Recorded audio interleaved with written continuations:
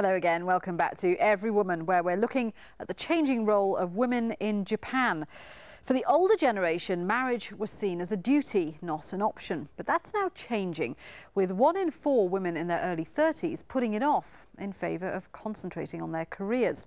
Now, one of the ways these women wind down is by visiting host clubs, an alternative version of the hostess club where men traditionally go to relax with a drink and some conversation with female staff. In host clubs, the staff are male, and modern women pay often exorbitant prices to spend time and drink with them. Everywoman investigated.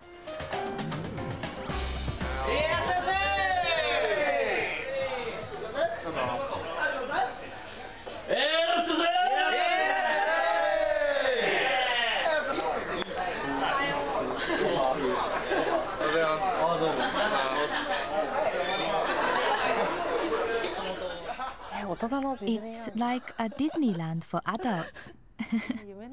Once you set foot inside, it's a dreamland.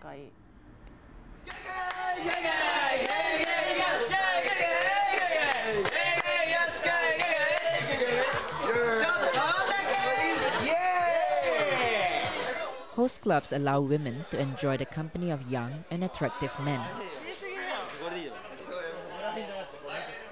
At the club, women choose one host and are expected to spend all of the subsequent visits with him. I like Takuya because he's not at all like a host. I became attracted to him because he was like an ordinary guy. I thought I would enjoy his company.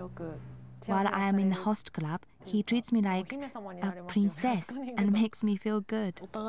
We both have no illusion about it. We are only playing at being in a relationship. It's a game. Her evening of fun in the host club costs her $2,000, more than half of her monthly salary. Tsukasa Umeda is a 25-year-old store manager for one of Japan's top fashion houses. I start working around 9 a.m. and come home about 10 p.m.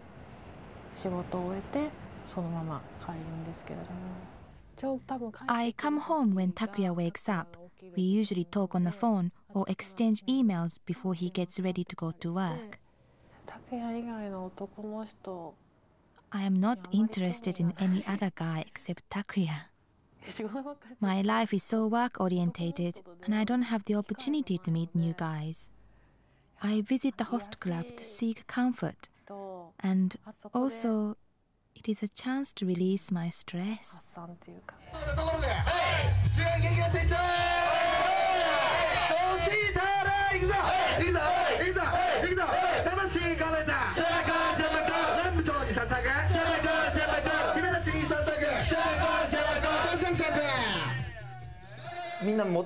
Each client has her own style. Some clients want to drink quietly and others want to have fun with a group of men. I figure out what they are looking for. Capturing women's hearts is down to my communication skills and the understanding of their psychology. Many people think it is stupid to spend money at the host club, but I think everyone has a different way of having fun, so I don't think it is bad. But sometimes I think, oops, I did it again, and regret spending so much. Then I think, oh well, it was worth it. The host club is a part of my life. I go there, have a drink and talk. It is essential to me right now. Well, I don't see them catching on here in the Gulf. With me, as before, are my guests, Dr. Sumiko Iwao and Kaori Shoji. Kaori, first of all, clearly there's felt to be a need for them. Yes, I think women go there because it's so strings-free. You don't have to be in a relationship, a real relationship that really takes a lot out of a woman, a working woman, and no demands except money, which they can supply because they're working. I think that's how it works. Sumiko, do you think now we're seeing women, young women, putting off marriage, concentrating on their careers, now being sucked into the same corporate culture, because the woman we saw on that report there was talking about doing 14, 15-hour days. They feel that they have to work such long hours, but at the same time there is a move that, you know, that we have to change our work style. But of course that is coming very slowly. I mean, it's great that Japanese women are becoming more economically powerful, but quite sad that this is coming at the expense of meeting men, getting married. I mean, why is that working? Why is career incompatible with marriage in Japan? Well, they shouldn't. Of course they shouldn't be, but they seem to be. Because of the declining birth rate.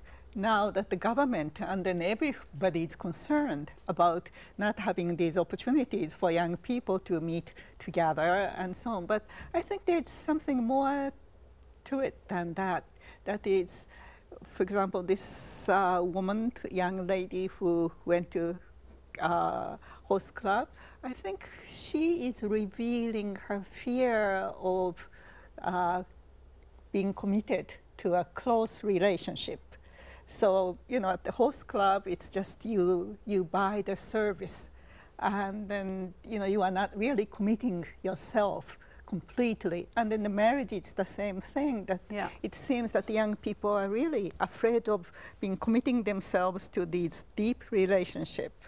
So what do the Japanese men think about all this? Carrie, has there been any kind of backlash amongst the Japanese men at the growing independence of women, women putting off marriage, women going to host clubs? What do the men think?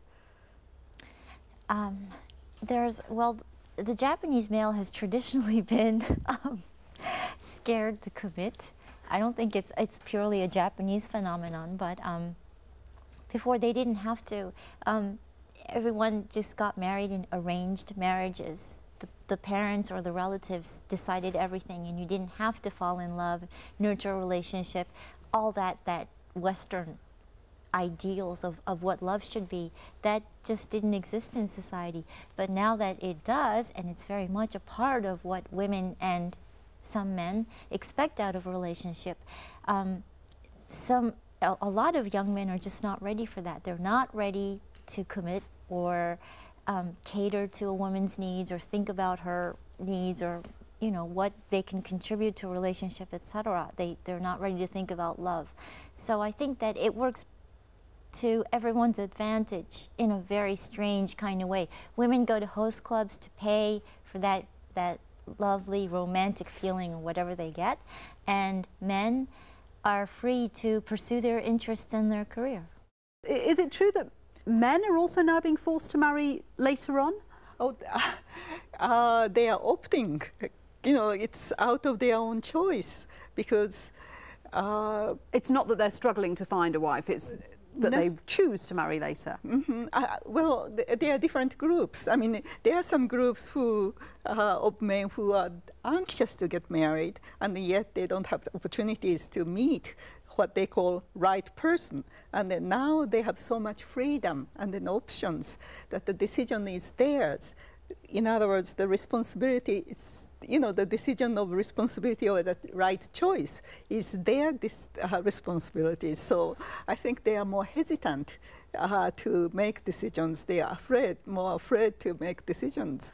Carrie, for example, we know that the number of births is declining, but the population is aging. Where do you see Japanese society going?